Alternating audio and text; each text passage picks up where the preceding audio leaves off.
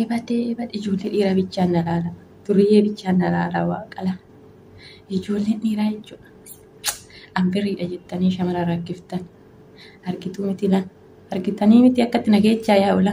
Ayii amma isin kana bishaasseetu dhugaa rabbi. Akkatti dafqii kana jechaa jigeetanan jechuudha. Birrii fida jechuudha. Isin immoo birrii jetta. Warri shamarraniitu amma beekanaan akkatti nageechaa yaa'aa jiru kana jechuudha. Nan amanan.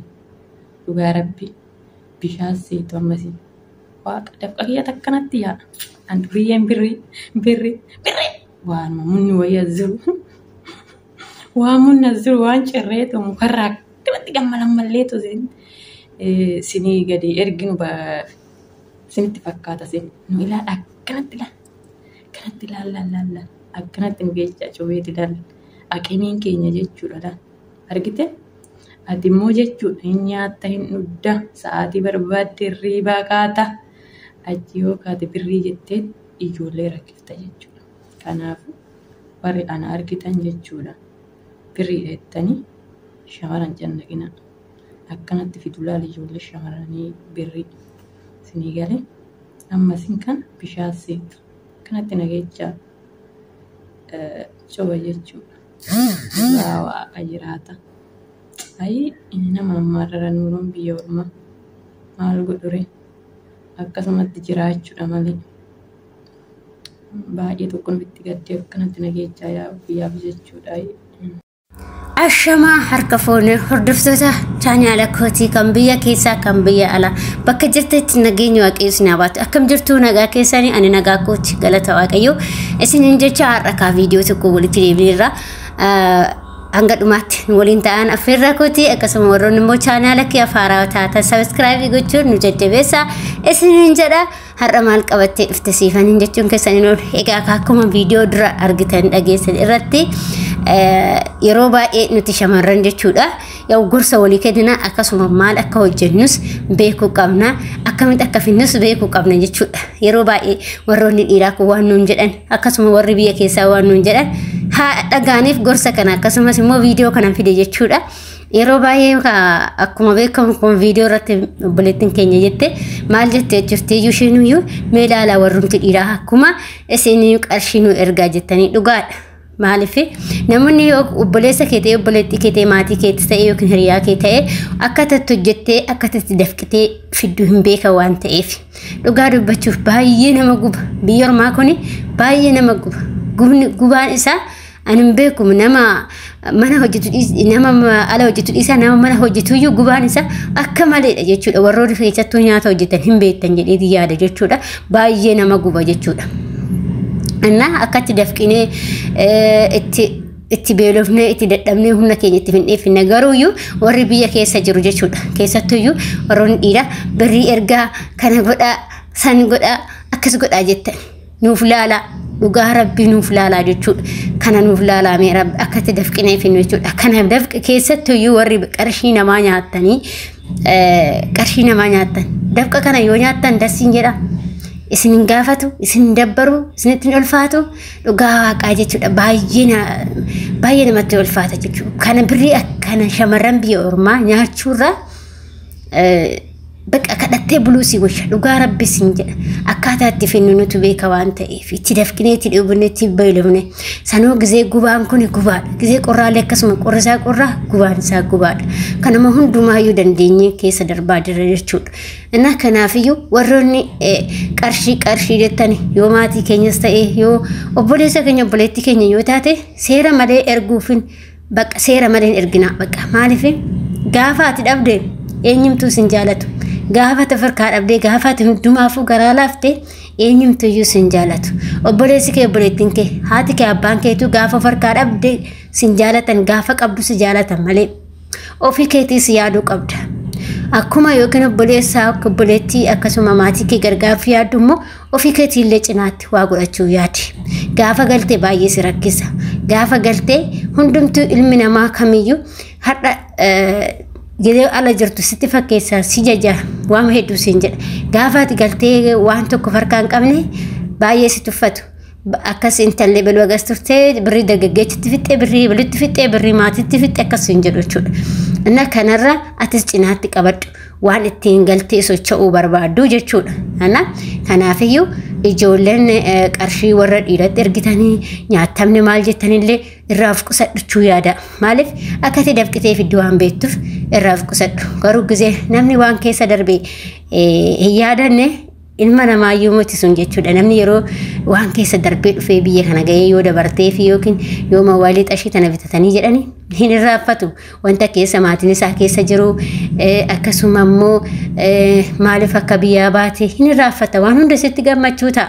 Hin nyaatta hin dhudhaa isaaba malee teechaa garuu hin irraanfata kan biyyaa san jechuudha. Namni hundaa miti kan irraanfatu. Kan karoora hin qabne kan kaayyoo hin qabne irraanfata. Garuu yeroo hundumaa maaliif akka baate kaayyoo baateef waan keessa dabartee dhufte san yaadachuu qabda. Yeroo kamiyyuu bakka yeroo kamiyyuu yaadachuu qabda jechuudha. Inna kanaafiyyuu obboloota koo waan keessa dabartan yaadachuu yaada. Bakka geesse yoo beekte bakka kaate irraanfatiin muumaan jedha Oromooni. Inna yeroo bakka kaanisan illee beekuu qabna. Sirriitti tokkoffaan bakka kaanisan maaliif kaane eessaa dhufne as geenye jenne yaadachuu qabna. Barri keenya qarshii keenya maal godhannaa maaliin hojjenna jettanii of gaafachuu qabdu jechuudha. Akkamatti akka dhufu hin beektanii ijoollee shamarran biyya ormaa jirru hundumti keenya wal beekna akkamitti akka finnu jechuudha. Namni itti tolee manuma namaayyuu akkas bashannanee jiraatu hin jira jedhee yaaduani. Hundumti keenya irreebatti dhabneetti canqabnee akka finnu. Garuu immoo kanumatti ijoolleen tokko kaayyoo isaanii wallaalanii kan dhiiraaf qarshii erganii gaafa galanii waggaa ganaan qarshii nyaattame waggaa 10 nyaattame waggaa 6 nyaattame maal jedhanii haasa'anii baay'ee nama ajaa'iba jechuudha. Maaliif jaalala yoo ta'e jaalalli eenyumaa yoo ta'e qarshiidhaan dhiiruma jaalala qarshiidhaan hin bitatin eenyumaa yoo ta'e jechuudha. Jaalala qarshiidhaan hin bitatin jaalala hin bituu yaadi malee qarshiidhaan hin bitatin dhugaa waaqaa jechuudha. Amma ijoolleen keenya maal godhanii ijoollee dhiiraa akkasii bakka si du'e jedhee bareeduma isaa fayyisuma marii yoo bakka barbaade bakka bareedatti deemee suuraa ka'ee ergee fi bakka ishiin sirraa qabamtee jette qarshii ergitiif. Never hin ta'u. Akkasii kun hin ta'u jechuudha. Kusina waatta obboleettii koo dhaggeeffadhu. Yoo si na fayyade jette dhaggeeffadhu. Maal seete bareedinni ilma namaa akka dhalanitti nafni hundumti keenya iyyuu jijjiirama akkuma umriin keenya guddachaa jirnu bareedinni keenyas akkasumatti irraa dhumaa deema jechuudha. Okay? Inni lammataa immoo bareedinni homaa siin godhu. Dhiira qalbii qabu. Dhiira jaalala beeku. Dhiira nama kabaju. Dhiira ana malee namni biraa hin jirre hin jedhu sanii osoo hin taane nama kabaju. Dhiira bakka nama amilee sii kennu kan si jajjabeessu. Dhiira kabajaa sii kennu dhiira yeroo hundaa si gorsu. Dhiira amilee sitti horuuf deemu. Dhiira jaalala dhugaa sii qabu. Dhiira qarshii sin gaafanne. Dhiira akkasii jaaladhu. Dhiira wajjin hojjedhee tanan abbaa manaa godhadhee agaa addunyaa haara jiru wajjin jiraadha jettu. Kan akkasii filadhu. Dhiira kolkollee akkanumaa feesbuuk irraa dhufte taa'ee taanaan dhiira markii isaa laaltee filatte taanaan dhiira bareedina isaa laaltee filatte taanaan dhiira firiizii isaa laaltee filatte taanaan dhiira ejjeta isaa laaltee filatte taanaan akka kasaaraa galtu beeke akka qileetti baddu beeke obboleettii koo har'a biyya ormaa keessa jiraachuun keenya of jijjiiruuf malee hiriyoonni teenya iddoo jiranutu beeka. Anuuf animti mataa kootiin hiriyoonni koo eessa jiru ani eessan jira jedhee of yaada yeroo hundaayyuu waan akkasii kana gaafii mallattoo gaafii ofitti godha of makiyaaf gaafadha. Maaliif akkam ba'es ofan gaafadha. Maalan gochuu qabas jedhee ofan gaafadha. Maaliif bakka baanee wanta baanee fakkaataa baanee keessa dabarree baanee waan baay'eetu jira waan ta'eef. Kanaafiyyuu obboloota koo of hin gatinaa isinii jedha. Dhiira illee yoo ta'e qarshiidhaan hin bitatin akkuma sin jedhe akkuma dura sin jedhe kana dhiira tokko qarshiidhaan hin bitatin jaalalaan bitadhu. Siif ta'a taanaan inni waan akkasii sin gaafatu dhiirsi. Obboleewwan koo kanaafi namni jaalala dhugaa fi bultiif si barbaadu qarshii yoo sin gaafatu waan biraa sin gaafatu jechuudha. Si jajjabeessuuf hamilee si kenna akkasuma immoo waggaa baay'ee si wajjin haasa'a jechuudha beekte.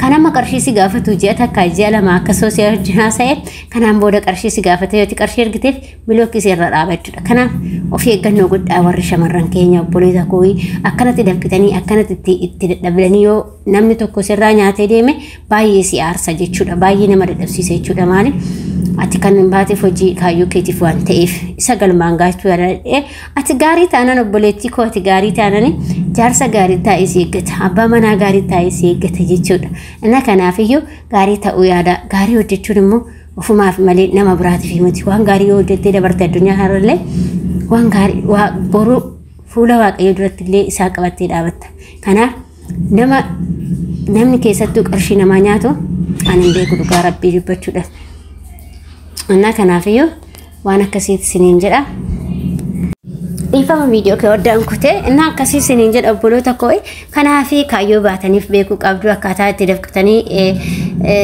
fiddan hin beektu waan ta'eef kana caalaa wanti isinitti himuu hin qabu dhugaa kanaafiyyuu of qusannoo gochuu qabdanii sin jedha obboloota koo hundumti keessaniyyuu hanga danda'ametti of qusadhaa isiniin jedha waan ijoollee dargaggeessaa sirraan jaalattanii birrii qarshii ergitanii jechuudha akkaataa itti fiddan kana hin beektu jedheeti yaada itti dafqitanii itti dadhabdanii itti fatamtanii itti waan baay'ee isiniin jedhanii jiru jechuudha akkasuma hunduma keenya jechaa jiru jechuudha manni keessattuu manni tokko baay'ee kan siqaayii beekasii agarsiisu jira jechuudha inni akkasii isiniin jedha obboloota koo akkasuma warri gaafii fi qeeqaa fi qabdan immoo komentii jalatti barreessuun dagatinaa yaa'u viidiyoon har'a waa'ee gorsa kiyya kanuma har'aa fi viidiyoo biraatiin immoo hanga walitti deebinutti kanuma nagaanaa ta'a fayyaanaa ta'a isiniin jaalladha isiniin kabaja hundumta keessanii akkasuma warroon immoo chaanaala kiyya haaraa taata subscribe gochuun nu jajjabeessaa nu dhaabadhaa isiniin jedha nagaa ta'a fayyaa ta'a